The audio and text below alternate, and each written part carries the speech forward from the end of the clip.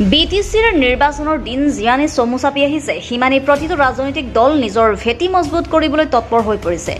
ৰাজনৈতিক দলসমূহ চলাইছে নিৰ্বাচনী কুচকাৱাজ। বিটিআৰ প্ৰধান প্ৰমোদ বড়োৰ নিৰ্দেশত ইউপিপিএলৰ নেতা কৰ্মীয়ে ৰাইজৰ পদূলিয়ে দিনে ৰাতিয়ে চলাইছে নিৰ্বাচনী প্ৰচাৰ সভা। শুকুৰবাৰে কোকৰাঝাৰ জিলাৰ ২ নং গুমা পৰিষদীয় সমষ্টিৰ মতিঝুৰাত ইউপিপিএলৰ এখন নিৰ্বাচনী সভা অনুষ্ঠিত হয় আৰু সভাখনত বিভিন্ন দলৰ পৰা অহা প্ৰায় ২ শতাধিক নেতা কৰ্মীয়ে ইউপিপিএল দলত যোগদান কৰে আনুষ্ঠানিকভাৱে। আৰু সভাখনত কাৰ্যবাহী সদস্য ইউলচন হাছদাত আৰু গুমা পৰিষদীয় সমষ্টিৰ ইউপিপিএলৰ টিকট প্ৰত্যাশী তথা ইউপিপিএলৰ কেন্দ্ৰীয় মহিলা মৰ্চাৰ সাধাৰণ সম্পাদিকা মুৰ্ছিদা বেগম উপস্থিত থাকে। গোলাপগঞ্জৰ পৰা আব্দুল মতলেবৰ ৰিপৰ্ট, অৰুণোদয় অসম। বহুত ভাল লাগিছে যে আমাৰ গুমা সমষ্টি আৰু পৰ্বতঝৰা সমষ্টি এটা বৰ্ডাৰ এৰিয়াত আমি আছো। মতিঝৰা পাৰ্ট 1 ইয়াত আমাৰ গুমা সমষ্টিৰ পৰাও আৰু পৰ্বতঝৰা সমষ্টিৰ পৰাও বহুত কেইজন আমাৰ ইউপিপিএল দলক সমৰ্থন জনোৱা বিভিন্ন তেখেতসকলে বিভিন্ন আগত বিভিন্ন ৰাজনৈতিক দলত আছিলে, বিভিন্ন দল সংগঠনত তেখেতসকলে আছিলে, কিন্তু আমাৰ লোকাল এজন নেতা মৃত্যুঞ্জয় বাস্কে ডাঙৰীয়াৰ নেতৃত্বত আমাৰ ইয়াত যি দলীয় কৰ্মকৰ্তাসকল আছে ইউপিপিএল দলত অলৰেডি যোগদান কৰিছে, তেখেতসকলৰ নেতৃত্বত ইয়াত প্ৰায় 214 জনমান তেখেতসকলে আজি ইয়াত যোগদান কাৰ্যসূচীত আজি ইয়াত উপস্থিত হৈছে আৰু ৰাইজে উপস্থিত হৈছে। আৰু ইয়াত বিশেষ মেনশ্যন কৰিব লাগিব যে ইয়াত বিপিএফ দলৰ যি আমাৰ সান্তাল চেল আছিল আৰু প্ৰাইমাৰী কমিটিত যিবিলাকে নেতৃবৰ্গ আছিল সকলো এণ্টায়াৰ টিমটো আজি আমাৰ এতিয়া বিপিএফ দলৰ পৰা ইউপিপিএল দলত যোগদান কৰিলে। আৰু BSU যিটো আছিলে তো সেই BSU সংগঠনৰো বহুত নেতৃবৰ্গ আজি ইয়াত আমাৰ দলত যোগদান কৰিলে। তো এইটো খুবেই ভাল লাগিছে যে অঞ্চলৰ ৰাইজে এতিয়া বুজি পাই গৈছে যে আমাৰ ভৱিষ্যত ইউপিপিএল দলক লৈ আছে, আমাৰ ভৱিষ্যত আমাৰ প্ৰমোদ বড়ো ছাৰক লৈ আছে আৰু সেইকাৰণে তেখেতসকলে এইখন দলত যোগদান কৰিলে। বহুত ইয়াত আমাৰ চাওতাল মানুহ, আমাৰ গোৰ্খা মানুহ ইয়াত বহুত ধৰণৰ তেখেতসকলে বহুত পিছ পৰি মানে থাকিছিল। বহুত ধৰণৰ ইয়াত আমি যদি এৰিয়াটো চাওঁ, বাৰ্ডবিলাক চাওঁ, এতিয়াও পিছ পৰি আছে।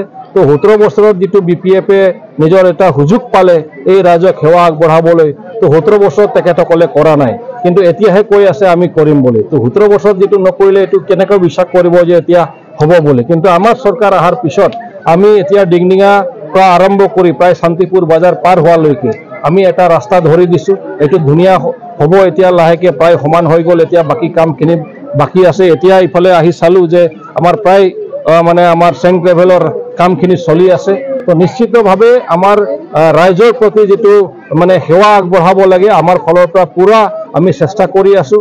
স্কিম আকাৰে হওক, ব্যক্তিগত হিচাপেও হওক, আমি সহায় কৰিবলৈ ৰাইজক সহায় কৰিবলৈ প্ৰয়াস কৰি আছোঁ, যত্ন কৰি আছোঁ।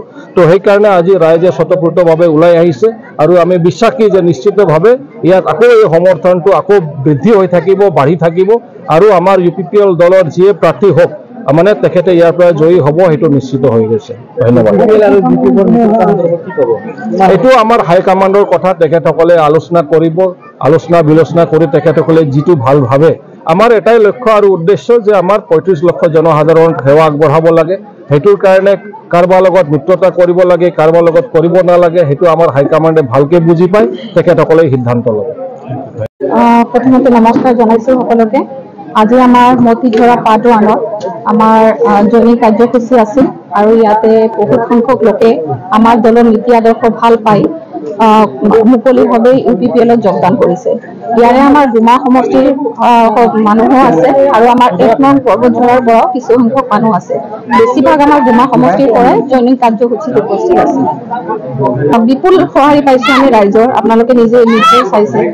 সকলোৱে মুকলি মনেৰে ওলাই আহিছে আৰু বৰ্তমান আমাৰ ইউপিপিএল চৰকাৰৰ লগত, আমাৰ ইউপিপিএল দলৰ লগতে তেওঁলোকে জড়িত হৈ আগন্তুক সময়ত কাম কৰি যাব বুলি স্বতঃস্ফূৰ্তভাৱে আমাৰ দলত যোগদান কৰিছে। বিগত সময়তো আমাৰ মহিলা সবলীকৰণৰ ক্ষেত্ৰত বিশেষভাৱে গুৰুত্ব দিয়া হৈছে, যাৰ কাৰণে আমাৰ মহিলা সবলীকৰণৰ ক্ষেত্ৰত বহুতখিনি আঁচনি হ'বলৈ সক্ষম হৈছে আৰু মহিলাসকলে পাবলৈও সক্ষম হৈছে।